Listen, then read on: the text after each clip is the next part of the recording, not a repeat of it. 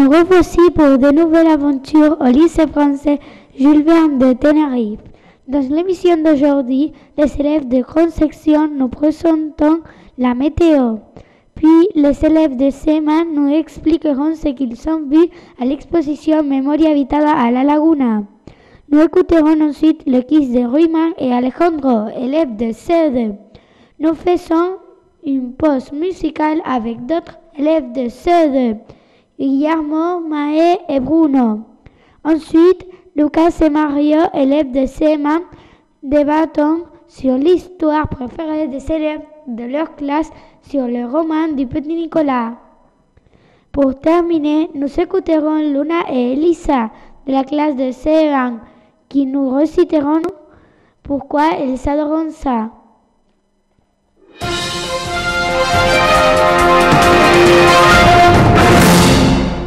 Pour commencer, allons voir quelle est la météo d'aujourd'hui avec les élèves de grande section.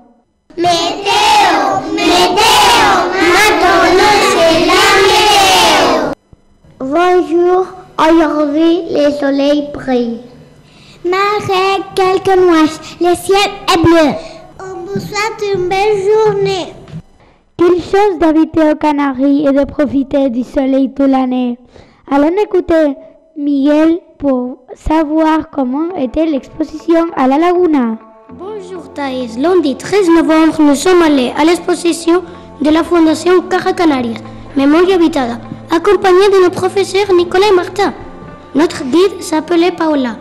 Elle nous a donné des informations sur l'architecture canarienne des îles de Fuerteventura, Lanzarote, Tenerife, Gran Canaria et La Palma. Dans la salle de l'exposition, il y avait de très jolies maquettes sur des maisons de Tenerife. La maison où avait lieu cette exposition était elle-même une maison rurale avant. En plus, nous avons fait une mannequin challenge avec Nicolas. On a appris à différencier le type de maisons anciennes. Pour terminer, nous avons fait une activité de dessin en aquarelle sur les maisons de La Palma et Hierro. On a aimé aller en 3 mois car c'était amusant. Par contre, nous n'avons pas eu le temps de visiter toute l'exposition car un groupe de notre école était prévu jusqu'après nous. Au revoir, Thaïs. Super cette exposition dans notre ville patrimoine de l'humanité. Allons maintenant jouer avec le quiz de Ruiman et Alejandro de CE2. Envie de passer un bon moment? Vous êtes sur la bonne radio. Vous êtes sur la bonne radio. Bienvenue au jeu du mardi. Aujourd'hui, nous accueillons Ruiman. Ruiman, un petit essai micro. Tu m'entends bien? Je t'entends bien. Merci. Bonjour à tous. Bon, Ruiman, tu es prêt? Si tu réponds à toutes les questions du quiz, tu vas gagner ta propre statue en chocolat. Pas de problème. Je suis très fort au quiz. Première question.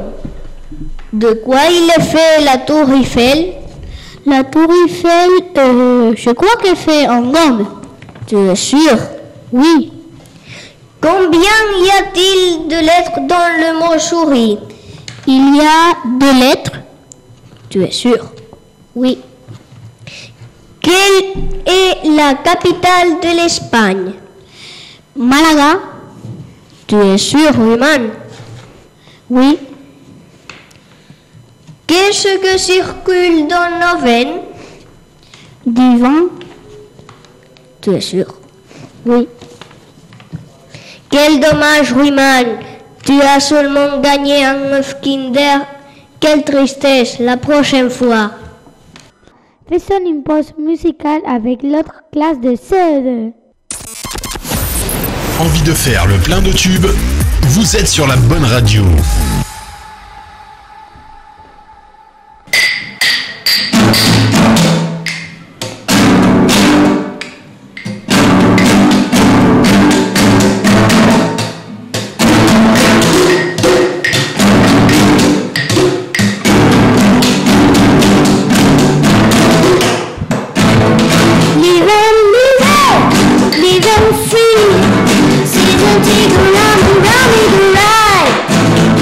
Asking them if leave me be.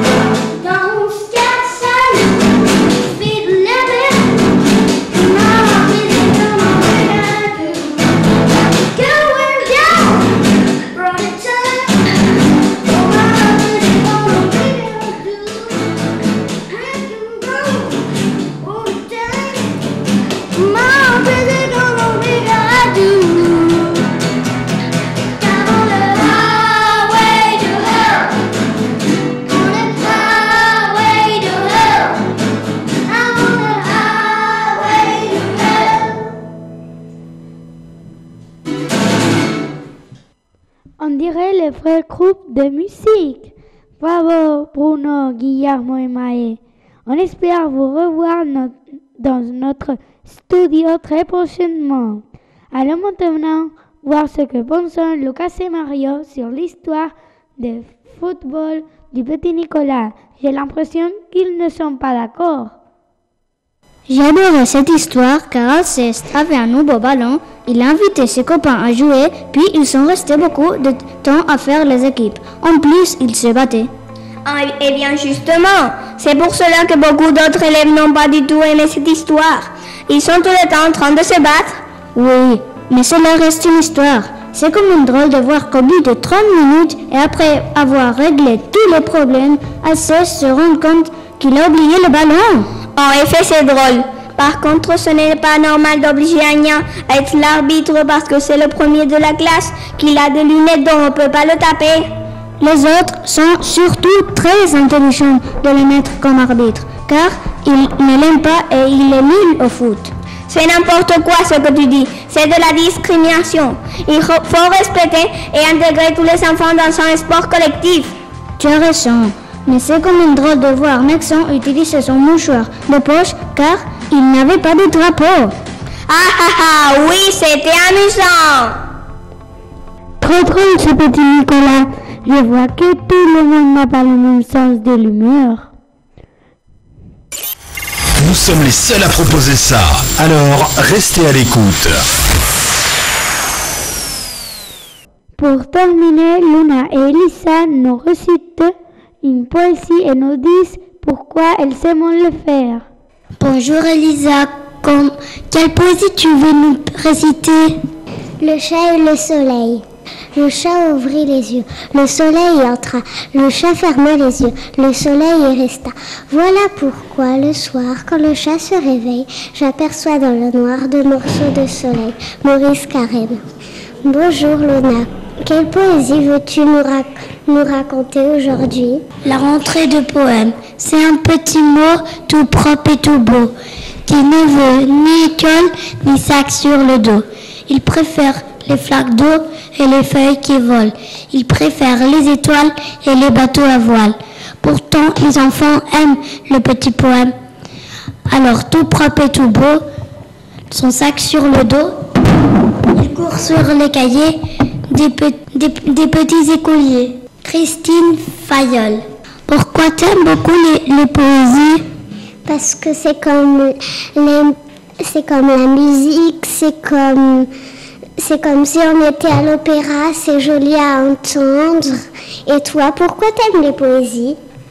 Moi, j'aime les poésies parce que c'est drôle, ça rime.